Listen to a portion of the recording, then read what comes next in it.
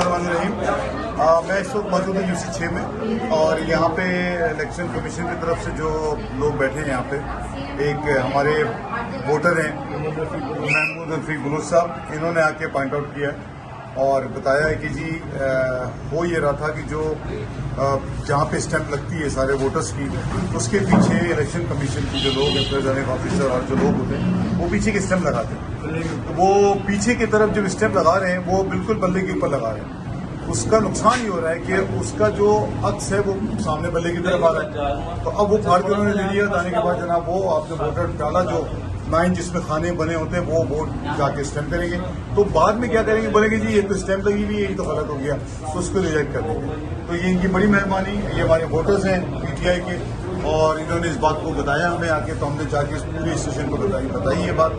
और मैं तमाम लोगों को बता रहा जो हमारे कराची के अंदर जो हमारे दो एनएमए हो रहा है, मैं ये सबको मैसेज देना चाहता हूँ, अपने पोलिंग स्टेशन में जाके ये बात को वादा करें कि जो प्रिजाइडिंग ऑफिसर के पास स्टैंप लगती है वो एक कोने पे लगाएं, बीच में ना लगाएं, ताकि वो बाद में किसी किस्म का मिसअंडरस्टैंडिंग ना हो। ठीक है जी, बहुत शुक्रिया आपका, बहुत शुक्रिया जी। आप बताइए।